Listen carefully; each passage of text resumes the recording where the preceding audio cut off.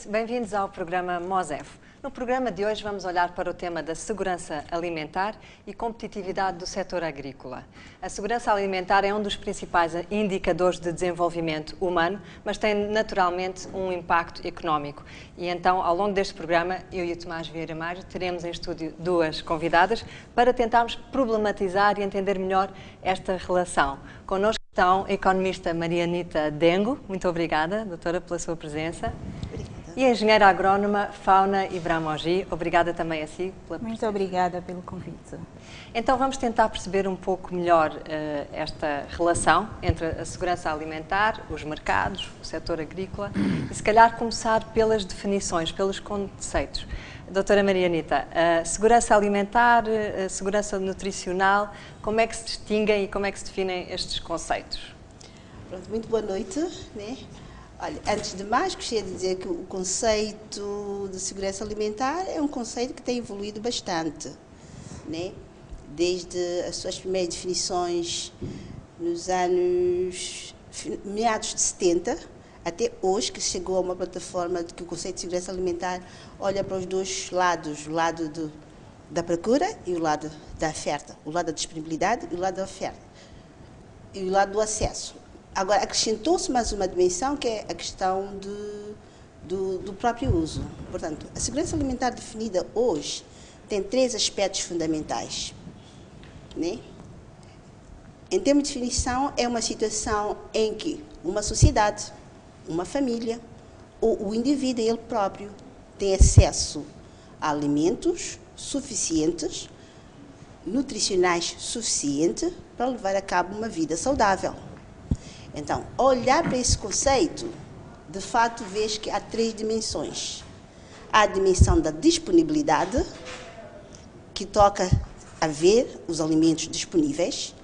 Há a questão do acesso, pois os alimentos podem lá estar, e ou a família, a sociedade, ou o indivíduo, portanto, não tem condições, não tem possibilidade de ter acesso a ela. Portanto, tem a dimensão do preço, do teu poder de compra.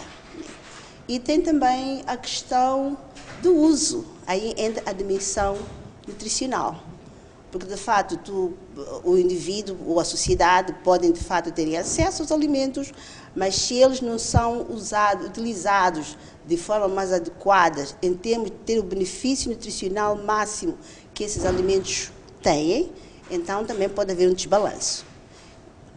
Sumarizando, eu diria que a questão de segurança alimentar e nutricional são conceitos que são intrinsecamente ligados, sobretudo a parte nutricional, que tem todo o impacto na vida saudável que o indivíduo tem que ter quando tem acesso a alimentos, né? Entra, portanto, a questão do uso, a maneira como os alimentos são usados, o conhecimento que as pessoas têm para absorverem melhor todos os nutrientes que os alimentos oferecem. E naturalmente que essa vida saudável ou a qualidade de vida vai afetar depois a produtividade do próprio indivíduo, não é? Há estudos que o próprio plano de ação para a segurança alimentar e nutricional refere que uma desnutrição crónica ou desnutrição crónica reduz a capacidade produtiva em 2 a 3% do PIB. Engenheira Fauna, que diagnóstico é que se pode fazer do estado atual de Moçambique em relação a este indicador?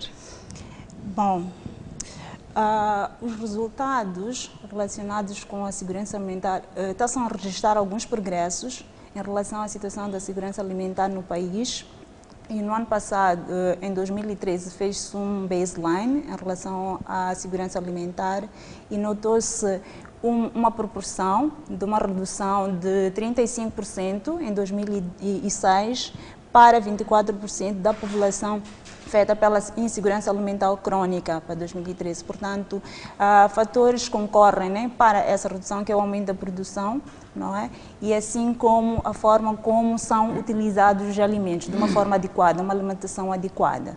Está a falar da taxa em termos de segurança alimentar, sim, que é diferente da desnutrição crónica. Sim, em relação à desnutrição crónica, que é registrada abaixo de crianças de 0 aos 5 anos, também notou-se... Tem aumentado, não? Bom, foi notória uma redução, não é? Na volta de 46, que se registrava em 2006, para para uma taxa de 43%. É verdade que a redução não foi assim tão significativa quando comparado para a situação de insegurança alimentar crônica. Eu estou, primeiro, antes de mais, estou satisfeito, Cristiana, porque temos hoje duas convidadas, duas especialistas numa área central do nosso tema. Há muito tempo que precisávamos de vozes femininas para falar deste assunto. É verdade. Hoje é uma alegria, eu estou por isso satisfeito por ter duas senhoras que conhecem do assunto.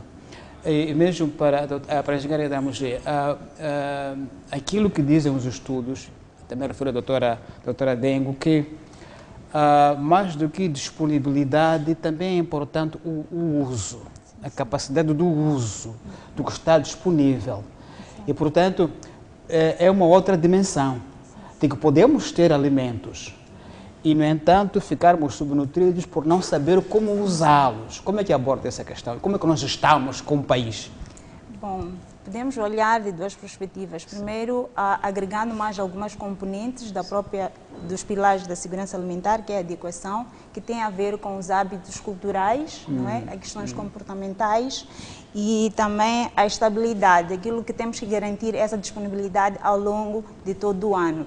A todo momento eles devem ter esse acesso. Agora, em relação à utilização, é importante que a gente aposte muito na educação nutricional, não é? Isso vai permitir que as pessoas estejam capacitadas. Por vezes são aqueles hábitos, porque eu não posso comer a cacana porque faz ABC, não é? Então é importante que a gente imponha com a educação nutricional programas que ajudam as comunidades a melhor preparar os seus alimentos para poder termos ganhos em termos de valores nutritivos desses produtos disponíveis.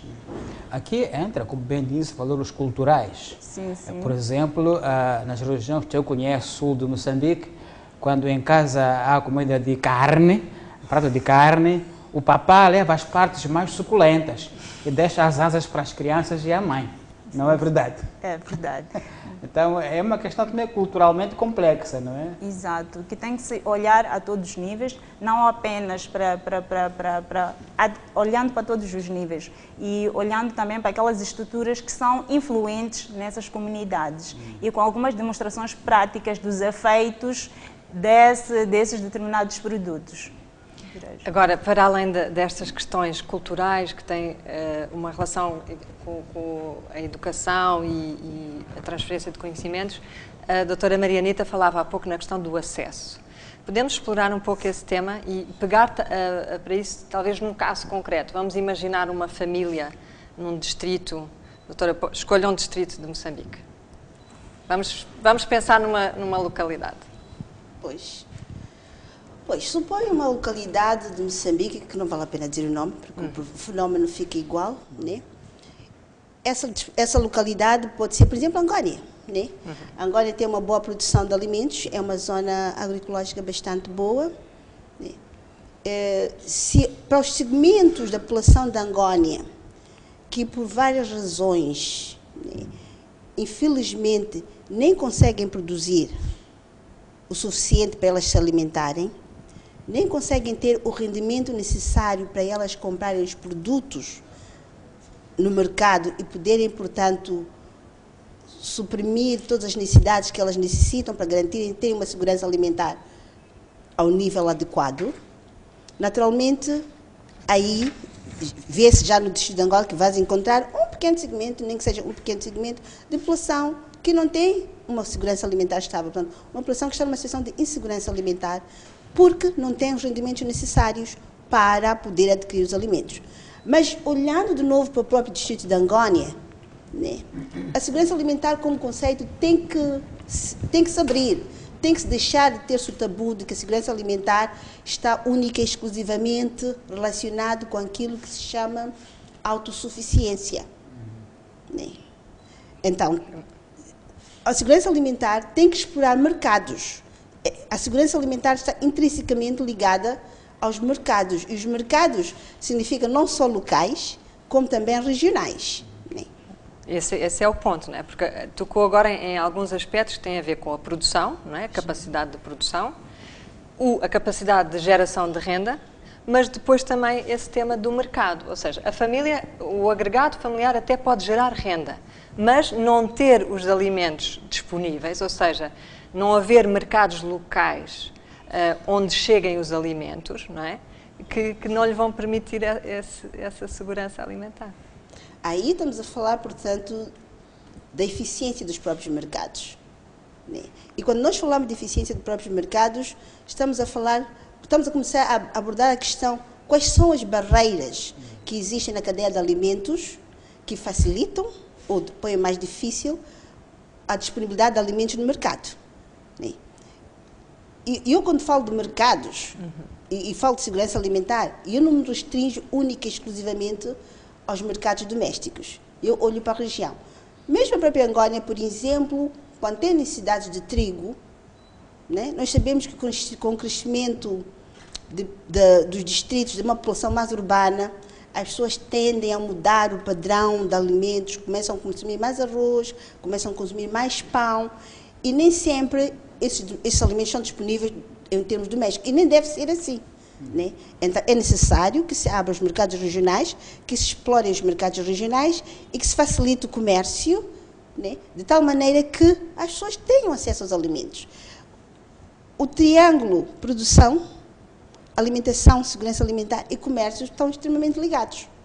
E quando nós falamos de comércio, falamos de preços, falamos de barreiras, algumas tarifárias e outras não tarifárias que afetam os mercados. A doutora Marianita está a trazer-nos aqui a sua experiência também no governo na área da indústria e comércio, não é? Porque esteve ligada a essa área, não é? Estive no princípio, quando era mais jovem, no princípio do meu trabalho, sim, senhora. Ok. Engenheira, nessa explicação dessa cadeia enorme que resulta em segurança ou insegurança alimentar, há um debate que parece recorrente no nosso país, que é que há produção em excesso em certas zonas e há déficit noutras zonas. E essas zonas não comunicam entre si. Isso continua problema hoje. E por que é assim? Bom, indo para o concreto, as zonas centro e norte são as mais produtivas deste país. Sim. Que oferecem os excedentes comparado com a zona sul. Não é? Então, o que dificulta está aliado também aos mercados, não é? A ligação dos mercados, a logística de trazer o produto, por exemplo, da zona norte para aqui. Então, é importante que as questões de infraestruturas, tanto rodoviárias, ferroportuárias, estejam a preços acessíveis, competitivos, para permitir que haja uma ligação fácil tanto do mercado da zona norte para a zona sul. Porque o que acontece também é que a nossa zona sul recorre a importações da África do Sul, da vinha da África do Sul, e acabamos o nosso produto acaba não sendo competitivo olhando para aquele produto que vem da África do Sul, porque os preços são mais acessíveis. Então, investimento na área de infraestruturas, no próprio processo de logística, mesmo em termos de infraestrutura de armazenamento, porque muitas das vezes temos situações de perdas pós-colheita, porque os camponeses acabam vendendo imediatamente na altura da alta oferta nesses locais, não é?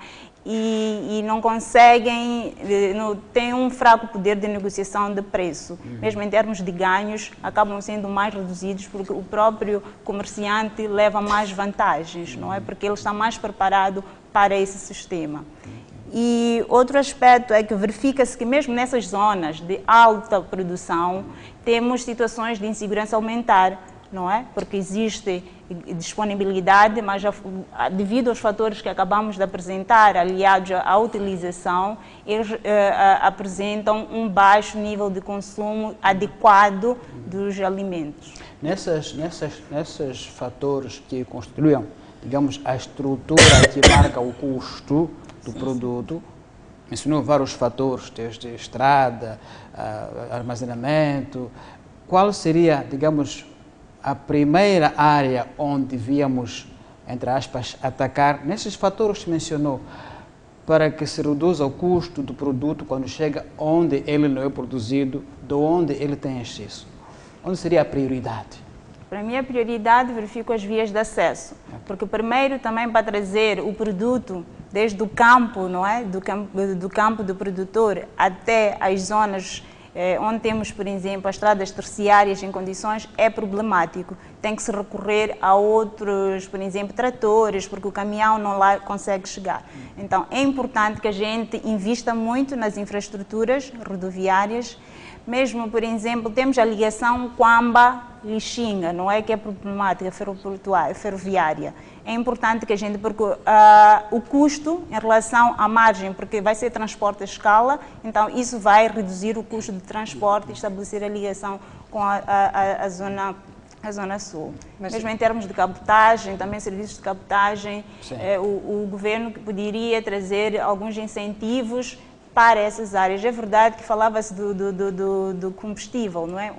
Uma taxa, uma redução, incentivos em relação a isso, mas que o próprio setor privado não sente essa componente refletida, porque tem que haver uma ligação e olhar para todos os níveis da cadeia, não é? Desde a produção até ao consumidor final. Mas eu tenho curiosidade em saber, engenheira Fauna, quando fala nessa questão das vias de acesso, tudo isso depois vai afetar também a própria competitividade do setor, não é? E há pouco a doutora Marianita falava na questão da abertura aos mercados regionais. Defende essa linha também, quer dizer, porque aqui tem que se procurar um equilíbrio, quer dizer, há um longo caminho a percorrer em termos de competitividade e o debate entre as importações e as exportações. Então, defende essa linha da doutora Marianita, da questão dos mercados regionais? Livres. Sim, porque agora estamos numa economia livre do mercado, não é? É importante que a gente potencie em termos de tecnologias, em termos de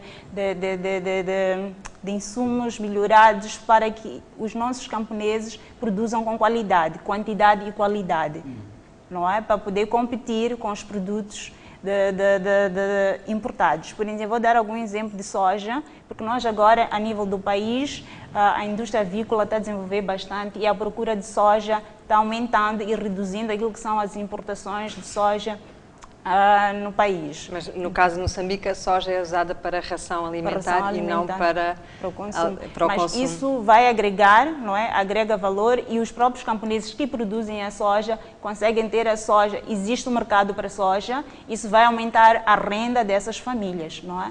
Pode não estar diretamente, mas eles se conseguem colocar as quantidades e a qualidade da soja requerida pelo mercado, assim vai contribuir para o aumento da renda e, consequentemente, para a sua segurança alimentar. Doutora Maria Dengo, um dos fatores que foi mencionado aqui nesta conversa para a segurança alimentar é também o nível de produtividade, obviamente, que possa haver no campo. E aí a mulher tem um papel central. A nossa agricultura ainda é muito familiar e aí a mulher é que, sem dúvida, está à frente. Que fatores podem ajudar a mulher, que é a principal produtora de alimentos, a elevar o nível de produtividade no campo? Doutor Mário, antes de responder a sua pergunta, eu vou voltar à questão da abertura, da importância da abertura dos mercados e da importância de explorar esses mercados regionais para poder-se melhorar a segurança alimentar. Mercados regionais refere-se a países da região ou regionais internos? Regionais fora da fronteira de Moçambique. Porque não é obrigatório e não é talvez economicamente desejável que todos os produtos que são produzidos no centro e no norte do país sejam consumidos no sul do país. Né? Sobretudo porque pode ser exatamente não eficiente e neste momento nem é eficiente. Então eu volto a insistir que o conceito de segurança alimentar tem que começar a ser um conceito muito mais aberto que um conceito de autossuficiência. Os países cada vez mais têm que pensar, são interdependentes, têm que pensar em explorar oportunidades. Essas oportunidades encontram-se em mercados regionais e em mercados internacionais. Mas aí, doutora Marianita, desculpe cortar-lhe o raciocínio, mas só para explorar mais esta ideia, é que quando fala em mercados regionais, não está a falar então só na perspectiva de Moçambique importar para colmatar as suas insuficiências em termos alimentares. Está a falar em Moçambique elevar a sua produtividade e a sua competitividade para exportar e colmatar eventuais insuficiências na região. Exatamente. Nós isso. estamos habituados a ver a relação inversa, não é, Tomás? Estamos habituados a olhar na perspectiva há um de pouco que, a ideia de que estamos demasiado dependentes quando podíamos e temos capacidade de inverter. Fala-se, por exemplo, muito que o milho de Milange vai para o Malau. Claro, exportamos. Sim, sim. Exportamos. E não há nenhum mal em nós exportarmos o milho para o Malawi. Porque tu exportas o milho para o Malawi, porque o milho, tu exportas porquê? O camponês porquê que exporta para o Malawi? Porque de certeza encontra preços mais competitivos no mercado do Malawi que no mercado moçambicano. E só por esse fator ele tem maiores rendimentos e então influencia, portanto, a sua possibilidade de segurança alimentar. Ele pode adquirir o resto daquilo que ele precisa, porque ele aumenta os rendimentos. E não só, aumenta a fronteira de produção de Moçambique. E eu, quando falo dos mercados regionais, eu não olho para eles, são sempre dois caminhos, a importação e a exportação. Por exemplo, não sei, estive a acompanhar esta manhã uma reportagem, né, que com o problema das cheias, portanto, a África do Sul vai ter que importar milho. A primeira porta que a África do Sul vai bater vai ser na região, ou Zâmbia, ou seja lá qual for o país que tiver excedentes, para fazer a oferta de produtos que esporadicamente o mercado sul-africano pode ter déficit. Eu acho que a mesma coisa acontece em Moçambique. Mas no caso do milho, por exemplo, especificamente, em que produzimos, é a principal cultura em termos de produção, faz sentido importarmos numa cultura em que temos produção quase suficiente para fazer face às necessidades de consumo? Aí eu vou levantar uma outra questão que não está sendo levantada. Porque isto é tudo uma dinâmica. Mercados, depois preços, rendimentos e as políticas que estão por detrás, que têm que ser interligadas. Por exemplo, no caso do milho, particularmente, se Moçambique exporta o milho, não há nenhuma taxa. Se Moçambique importa o milho, também não há nenhuma taxa se o milho vai ser processado. Cá, em Moçambique. Exatamente. Se o milho entra como matéria-prima. Mas se o milho entra como transformado, como milho para ser consumido, já como um farinha, bem final, como farinhas, né? Já tem taxa. Pois. Então, só esse mecanismo de diferentes taxas que existem entre o milho e a farinha de milho, né, tem impacto na segurança alimentar. Portanto, porque políticas incentiva, fiscais, portanto. Políticas fiscais. Porque tu incentivas, tu deliberadamente incentivas uma política de estás a proteger os teus consumidores urbanos, ao mesmo tempo talvez estás a penalizar os teus produtores. Exatamente. Então, quando nós falamos de segurança alimentar, estamos a olhar para um sistema integrado. Mas, tendo dito isso, também eu estou muito satisfeita, tenho que dizer, porque agora temos um Ministério Agricultura e Segurança Alimentar. Então, não há um lugar melhor para ver a interligação de todas as políticas, das dinâmicas do mercado, portanto, nesse Ministério, em coordenação com os outros Ministérios da Economia e Finanças. Indústria e Comércio. Então, eu só estava a dar um pequeno... Sim. Muito E este espaço serve exatamente para isso. Agora gostaria de responder ao Dr. Vargas. Doutora Marianita, vamos guardar essa questão para a segunda parte do programa. A questão que está ainda no ar é a produtividade do setor agrícola e, em particular, o papel da mulher. Voltamos dentro de breves instantes.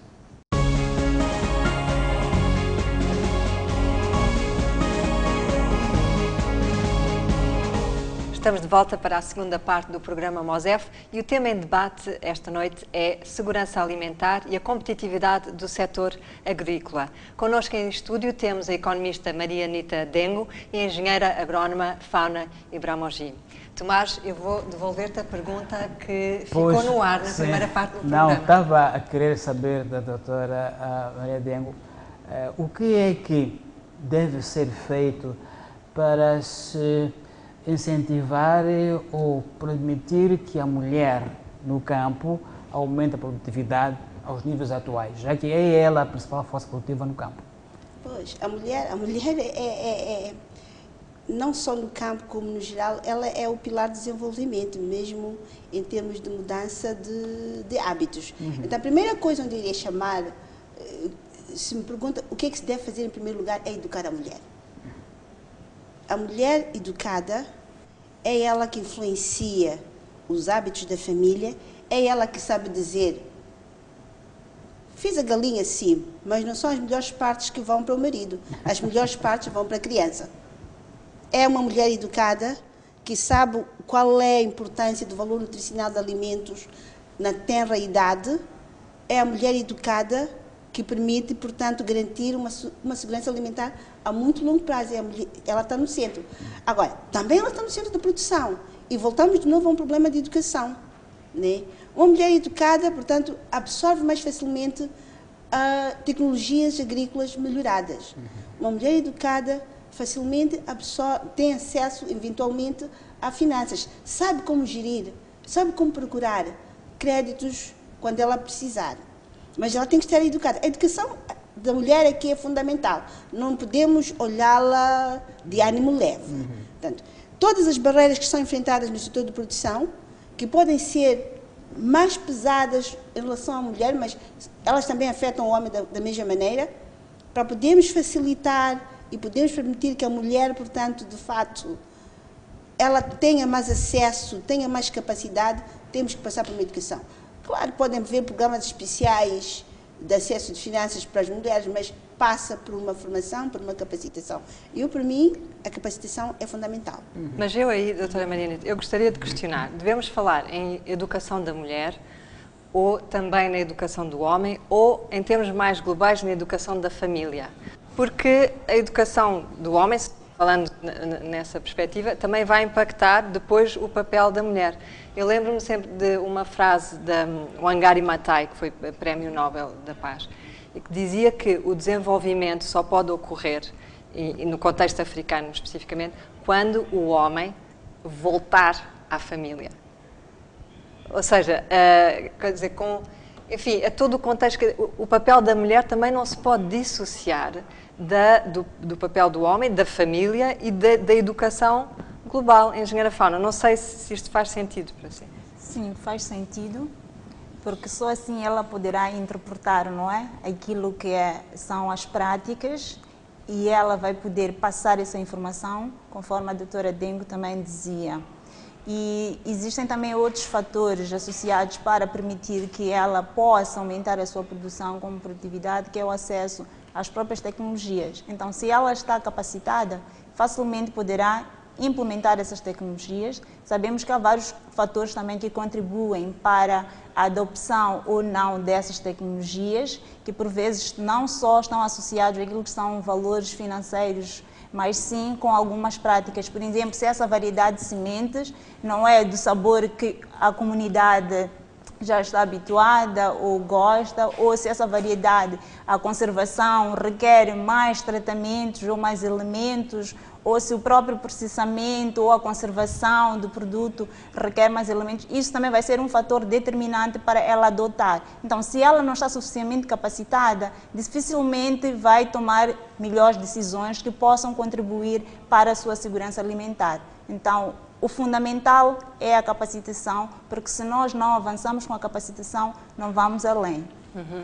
E que outros fatores é que podem contribuir para que haja esse desenvolvimento e que nesta questão específica da segurança alimentar haja um progresso notável? Eu sei que temos, por exemplo, um compromisso regional e mesmo global, que é o da Nova Aliança, que tem como meta para Moçambique elevar 3 milhões de pessoas da fome até 2022, se não estou em erro. Como é que isso vai acontecer? Para além da capacitação, as políticas que já foram aqui faladas, Engenheira Fauna. Sim, é importante que hajam sinergias, porque sabemos que a agricultura não depende apenas do próprio Ministério da Agricultura e Segurança Alimentar agora, então tem que haver sinergias em diferentes atores, porque falamos aqui de vias de acesso, as vias de acesso têm a ver com as obras públicas e habitação, não é? Então tem que haver uma interligação e o cometimento de cada entidade para responder a essa problemática, não é? E, por exemplo, o acesso das finanças, né? Acesso a crédito. Nós verificamos que para o setor agrário é o setor mais penalizado, porque para as instituições financeiras não constitui o apetite, não é? As taxas de juros também são extremamente altas para o setor, para os pequenos produtores. Então, é importante que haja sinergias falando da aliança, ela vai potenciar o investimento privado para galvanizar aquilo que é o desenvolvimento socioeconômico deste país. Portanto, nós não podemos trabalhar de uma forma isolada, tem que ser de uma forma holística. Para quê? Para que produzimos resultados consideráveis. Sobre esta visão holística, Dr. Adengo, há um debate que é transversal em qualquer tema sobre a agricultura, que é o do sistema de formação que nós temos em Moçambique e investigação nessa área. Ao ponto em que nós estamos, há um sentimento, salvo o meu entendimento, geral de que a formação formal nesta área e a investigação ainda estão muito secundarizados. Concorda com essa perspectiva? Do modo geral, sim. Do modo geral, concordo, né? Porque acho que os nossos currículos nas escolas ainda não têm uma dimensão que os exponha muito práticos, sobretudo nos primeiros anos de vida. Há currículos em outros países em que, nos primeiros anos de vida, a criança aprende o que é agricultura, aprende o que são ofícios básicos, aprende o que é utilizar melhor a água. É muito triste a situação de vez em que nós temos em algumas regiões, em que temos rios e temos a população a morrer em situações de doenças provocadas por água, simplesmente porque não conseguimos ter transmitido uma tecnologia de fazer um filtro e poder purificar a água. Então, é óbvio que é preciso que o currículo de educação esteja muito próximo com aquilo que são as necessidades reais de desenvolvimento deste país. Mas também, nesse sentido, sendo mais uma vez muito positiva, eu gosto muito de pensar que as coisas vão acontecer, porque todos nós estamos preocupados, todos nós estamos a pensar sobre o assunto. O fato de nós termos, neste momento, um Ministério de Educação e Desenvolvimento Humano. Isso é um anúncio de que há uma mudança nos currículos? Sim, não é um anúncio de que vai haver uma mudança nos currículos, isso eu não posso antecipar, mas significa que, pelo menos, havemos de trazer a dimensão humana que é importante a gente olhar para ela. Porque isso levanta um problema que às vezes nós não nos apercebemos, ficamos espantados. Moçambique exibe nos últimos 10 anos taxa de crescimento acima de 8%. Mas quando chega ao desenvolvimento humano, estamos nos últimos 5. Entre os 5 últimos. E isso não é nada mais, nada menos que o reflexo acesso à água potável.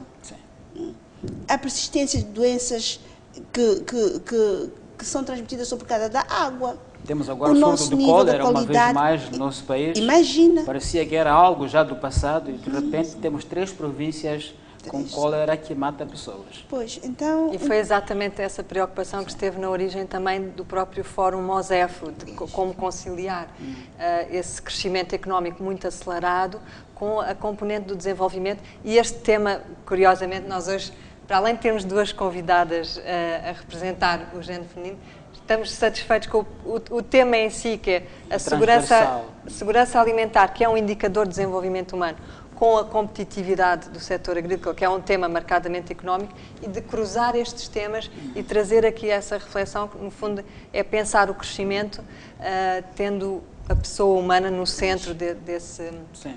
Não, estou satisfeito com essa abordagem, porque lembro-me de ter lido um estudo a propósito do desenvolvimento humano e relevância da nossa sistema de educação, que dizia que o nosso sistema de educação ainda não traz relevância para a sociedade. Ou seja, os pais investem socialmente para a educação da criança. Se dispensa a criança de ir a Machamba durante 5 ou 7 anos, tem a investir, porque senão a criança ia a Machamba, não vai a Machamba para educar-se. E o pai espera que em 7 anos o filho traga o resultado do investimento. E diz: meu filho, eu crio cabritos desde que nasci, mas estou a morrer. Você foi à escola há 7 anos. O que é que você me diz para os meus cabritos não morrer? Pai, não sei nada sobre cabritos. Então, está a investir em quê? Mas isso, a tal relevância, isso, com a vida real da produção das pessoas, não é assim? Essa questão é central, que é uma escola virada para a prática, Exatamente. para Engenheira Fauna, nós temos aqui hoje, além de tudo, duas gerações representadas, não é? Sim. Então, como é que a geração mais jovem vê esta questão do setor agrícola e das oportunidades que podem ser criadas para os jovens e como é que pode responder também a estas preocupações que o Tomás ilustrava aqui? Bom, ultimamente temos que olhar para aquilo que é o empreendedorismo, não é? E nesta altura nós já temos mais faculdades ou universidades que lecionam, que têm cursos de agronomia e, para além disso, mesmo nas escolas a nível das províncias, sobretudo das zonas rurais, no seu currículo já agregam algumas componentes da agricultura e existem alguns programas já específicos, por exemplo, a escola na Machamba do Camponês, e onde começam desde o início a ter algumas práticas agrárias e também está-se a apostar mais no desenvolvimento profissional, não é? Naquilo que são ações que façam com que os jovens agora possam já abrir aquilo que são os seus próprios negócios, mesmo nas zonas rurais, enveredam pela agricultura, porque ela, olhando para aquilo que é a conjuntura, ela é que emprega a maior parte, cerca de 80% da população moçambicana. Portanto, tem que haver incentivos no sentido de apoiar os novos jovens formados nessas muitas universidades que nós temos a nível local. Por exemplo, a Unilúrio tem alguns programas já que interagem com a comunidade, olhando para além daquilo que estão a aprender na faculdade, já analisam aquilo que são as práticas tradicionais de conservação para interagir e tentar melhorar a cada vez mais aquilo que são as práticas que vêm de geração para geração. Valorizando também o conhecimento local. Exatamente. Valorizando o conhecimento local. Portanto, isso vai criar uma oportunidade para que haja um incentivo dentro dos jovens, tem que haver, para permitir que elas, porque às vezes outras são formadas a nível das zonas urbanas, não é? É importante que elas, depois da sua formação, possam voltar às zonas rurais para desenvolver a agricultura, não é? Porque é lá onde existe o potencial que não está sendo aproveitado na sua íntegra, porque sabemos que temos grandes recursos. E será importante mesmo que haja um incentivo, tanto partindo das escolas, em termos de ações de estágios com algumas empresas que já estão a enveredar na área da agricultura. Aí menciona um aspecto que me parece também importante, sim, pode-se formar jovens nas escolas agrárias, mas depois da formação ficam no vazio. Sim. Então correm para ONGs, ficam na secretaria de ONGs, como oficial de programas. O que quer dizer que, uma vez mais, há algo que cai na cadeia. Na cadeia de valor, algo que está a cair. Exatamente. Não está a funcionar na cadeia. Pois, exatamente. Eu acho que esse é o problema. É o problema que nós temos que nos perguntar e temos que abordar, né? Porque é que os nossos agrónomos e os nossos diferentes profissionais não têm um incentivo para fazerem agricultura. Aí, eu diria, é preciso que comecemos a olhar as coisas com a maior frieza. Porque a agricultura tem que ser vista como um negócio que rende, que dá dinheiro. Mas para a agricultura dar dinheiro, é preciso que haja uma certa facilidade. Né? Que haja um clima que permita que ela dê dinheiro. Por exemplo, produtividades baixas, baixíssimas. Moçambique está ainda com produtividades baixas. Mais baixo da região. Né? Porque não tem acesso nem sequer a uma semente melhorada de uma forma sistemática. Porque não temos, quando olhamos para os nossos mercados de insumos, são quase que inexistentes. Então a pergunta que a gente diz, o que é que nós temos que fazer, quais são as políticas que nós temos que desenhar, que de facto permitam a abertura, portanto, de mercados de insumos. E eu volto a dizer, nós temos economias pequenas. Moçambique, se olha só para Moçambique, é uma economia relativamente pequena. Então, mercados de insumos também, a gente tem que olhar para um mercado mais abrangente, para um mercado mais regional. Mas nós sabemos que no mercado de insumos há toda uma série ainda de barreiras, né, que não permitem facilmente que as pessoas tenham acesso a insumos melhorados, sementes melhoradas, pesticidas, químicos. Não há de haver uma agricultura com maior produtividade se a gente também não investir, não haver essas facilidades no mercado. E só o indivíduo é racional quando ele ver que a agricultura é um negócio que lhe vai dar dinheiro, as pessoas vão investir na agricultura. Na agricultura ainda tem muitas barreiras. Depois olhas para frente, para ele vender o produto.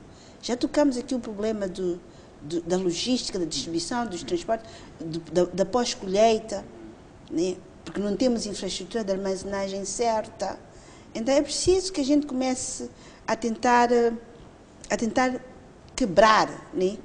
Quebrar esses constraints, essas limitantes que a gente tem, começar a resolver essas limitantes, trazendo ou incentivando modelos e programas, portanto, que possam facilitar. Estou aqui neste momento a pensar que nos outros países da África, os outros países africanos, aqui na região mesmo da África subsaariana, há programas, por exemplo, de certificados de depósitos, warehouse receipt, certificados de depósitos. Okay. Uns têm mais sucesso, outros não têm menos sucesso. Consistem em que esses certificados de depósitos, eu gostaria de aproveitar esta oportunidade, porque temos aqui a engenheira Fauna Ibramogi, que está ligada à Bolsa de Mercadorias e tem-se ouvido falar um pouco nesses certificados de depósitos. Se calhar convidava a si a explicar-nos um pouco o conceito e como é que a Bolsa pensa aplicar em Moçambique. Bom, os certificados de depósito é um instrumento, não é? Que vai servir para, posso dar como exemplo, nós como Bolsa de Mercadorias temos complexo de silos ou armazéns ou outras entidades licenciadas, não é? O depositante ou o agricultor vai depositar o produto no armazém ou no silo. No ato vai ser necessário várias fases, desde a pesagem do produto, recolha das amostras do produto para o laboratório, para as análises laboratoriais, para se aferir a qualidade do produto, a própria certificação, e esses detalhes todos vão estar transcritos naquilo que é o certificado de depósito. Então, o certificado de depósito é um instrumento que vai ajudar, e dentro do certificado de depósito teremos também o valor comercial daquela mercadoria que o depositante vai trazer para o complexo de silo. Agora aí entra um fator na equação que é a banca e como é que isso se vai resolver, porque isso implica a sua liquidação. Uma parceria, vá lá, sim, com o setor financeiro, que, como já foi referido aqui noutros programas, enfim, em relação ao setor agrícola, tem os seus constrangimentos. Sim, nós sabemos que atualmente os pequenos agricultores não têm também acesso a crédito por causa dos bens, as garantias, não é? E pensa-se que com o certificado de depósito pode ser um instrumento que ele possa ter acesso ao crédito para fazer, enquanto se espera da comercialização do seu produto depositado, ele poderá ter acesso a crédito, até por exemplo 70%, não é, do valor. Mas o certificado de depósito só funciona se a Bolsa tiver essa relação criada com a banca. Sim, é um instrumento que está agora sendo analisado, já foi aprovado o regulamento do certificado de depósito e a própria Bolsa já está a estabelecer contactos ou mecanismos para identificação de algumas instituições financeiras com as quais vai trabalhar. E também existe um projeto, uma proposta de projeto, eu vou deixar a doutora Dengo mesmo explicar, relativa ao certificado também de depósito, que é uma proposta para a implementação como programa piloto do certificado de depósito. E eu nem iria falar do projeto. A ideia é muito simples. Ela levantou os aspectos na ótica de regulador, que é o que a Bolsa de Mercadorias é. Eu estou a tentar levantar o problema em termos como é que a gente tenta resolver os diferentes obstáculos que a cadeia de alimentos, particularmente, ou a cadeia agrícola enfrenta. Entre uma delas, por exemplo, tem a questão da armazenagem. Tem a questão de preços, portanto, venderem a preços muito baixos, porque têm a vender exatamente na época. Tem toda a questão de perdas pós-colheita. Tem um problema que nós não falamos aqui, dos standards. Os standards, quando nós falamos dos mercados regionais, são fundamentais. O padrão, portanto, de qualidade. Sim, o padrão de qualidade, os standards, sim. Obrigada, doutora. Obrigada. Era isso mesmo. É fundamental, é fundamental. É fundamental para tu pensares numa agricultura que vai crescer, numa agricultura que vai entrar num mercado global. Exatamente.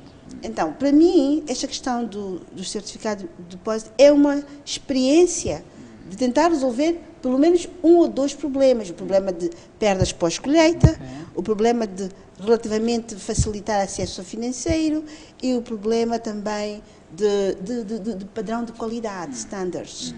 Então é preciso começarmos a olhar para experiências que nós podemos tentar fazer também, né, para resolver os diferentes obstáculos que a cadeia de alimentos tem.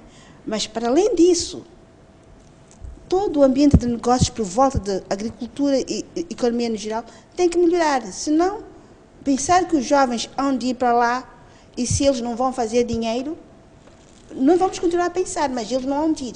Doutora Marianita, pegando nisso que falou das experiências e de trazer essas experiências, eu queria pegar nisso para, enfim, também rematar aqui um pouco esta discussão, aproximamos dos momentos finais deste debate e pegando, quer dizer, temos estado a falar nas questões do mercado.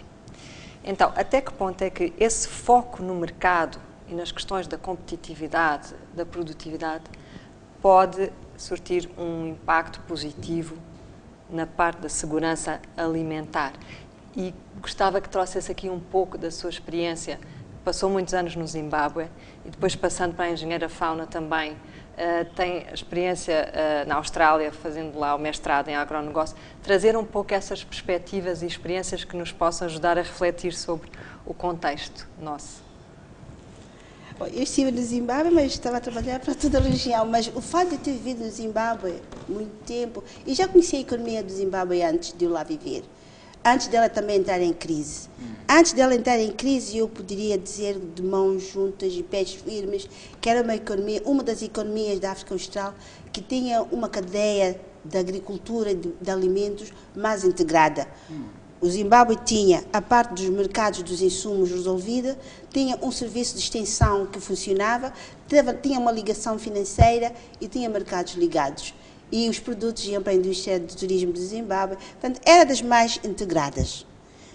Agora, isso não acontece por acaso, porque como a engenheira dizia, o problema da agricultura e o problema de transformar até a agricultura como um elemento que transforma economias, passa por uma coordenação em termos de políticas, coordenação em termos de investimentos.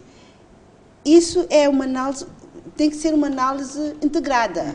Tem que ser uma análise integrada, em que envolve, incluindo o Ministério da Economia e Finanças, quando começamos a olhar políticas de alimentos que favorecem ou desfavorecem, né, o produtor ou o consumidor, incluindo, portanto, fatores que entram no custo, o que é que a gente faz para melhorar a eficiência dos nossos transportes e logística, né? Porque, infelizmente, e isso eu vou dizer com muita, infelizmente, de fato, porque nós podemos ter a percepção, por exemplo, que nós temos os nossos portos, que têm até uma vantagem comparativa natural. 2.000 quilómetros de costa. Tem uma vantagem comparativa natural melhor que qualquer porto da Tanzânia, mesmo da África do Sul. Mas, de fato, apesar de estarmos próximos de ligar a região ao mundo exterior, nós não somos competitivos, pelo menos é o que dizem os estudos. E que as economias regionais já estão a preferir ir para Durban, irem para usar o porto de Dar es Salaam. Então, nós temos que começar a olhar para estes problemas, dizer o que é que a gente pode fazer melhor para nós melhorarmos, por exemplo, a nossa eficiência na área de logística, transporte, distribuição. Está sendo um grande calcanhar daqueles em termos de melhorar a produtividade ao longo da cadeia. Mas esse foco no mercado vai ajudar o tema da segurança alimentar? Quando a gente fala do mercado cristiano, e eu faço um foco no mercado, não estou a excluir o papel do setor público. Sobretudo na situação de Moçambique, em que tu tens um mercado com muitas fragilidades ainda, tens um mercado que não é suficientemente eficiente. Quer dizer, então há um papel também do setor público para ajudar este mercado a crescer. O papel que o setor público tem para ajudar o mercado moçambicano a ser mais eficiente é olhar para as políticas, olhar para os incentivos que melhorem o ambiente de negócios. Assim tu vais começar a ter um mercado que cresce. Agora, como é que vai ajudar isso a segurança alimentar? Naturalmente, se tu tens um mercado mais eficiente, os alimentos circulam melhor, porque cada obstáculo que tu tens na cadeia de alimentos, ela encarece o produto. Se tu tens estes alimentos resolvidos e o teu mercado funciona, naturalmente que o produto vai chegar ao consumidor a um preço mais baixo. Então, é essa ligação que tu encontras, portanto, com a questão da segurança alimentar. Muito obrigada. Engenheira Fauna. Sim, complementando o que a doutora Deng dizia, é que é importante, porque se nós temos um melhor preço competitivo, não é, para o produtor, ele vai se sentir estimulado em aumentar a produção e vai produzir também em qualidade. Aí ele vai poder comprar os insumos. Também é preciso incentivar os provedores de insumos que estejam nas áreas de maior produção, não é? E também é importante, não é, que haja acesso de informação, porque muitas das vezes também o problema é de acesso de informação, e onde o camponês é obrigado a vender a um preço que não seja competitivo e acaba não compensando aquilo que são os custos de produção. E a ligação e investigação, extensão é preponderante, porque divulgam as tecnologias que são aprovadas ou lançadas, por vezes são disseminadas a um determinado grupo de cientistas ou os técnicos de nível superior, mas não chegam diretamente àquilo que é o produtor, que é o foco, não é? Então, é importante que haja também esta ligação e que se potencie mais na extensão agrária, para promover o seu papel, que é disseminar essas tecnologias, que estas sejam acessíveis a este grupo, porque só assim é que podemos aumentar a produtividade e, por conseguinte, resolver os problemas de segurança alimentar. E eles vão ser autónomos. E vamos ver situações em que há melhorias das zonas rurais, em termos, porque ontem eu conseguia comprar bicicleta, mas amanhã já posso comprar uma moto e posso ter uma melhor habitação. Portanto, isso é tudo sequenciado. Então, temos que olhar para toda a cadeia, não só olhar, temos que olhar para a montante e a jusante, a combinação de Cristiana, todos os para mim, aspectos. para terminar... Notas finais. Bom, primeiro estou com barriga cheia. Bem alimentado. Bem alimentado. Nutrido. Bem nutrido. Tive aqui uma aula muito boa sobre nutrição, segurança alimentar, sem dúvida muito útil.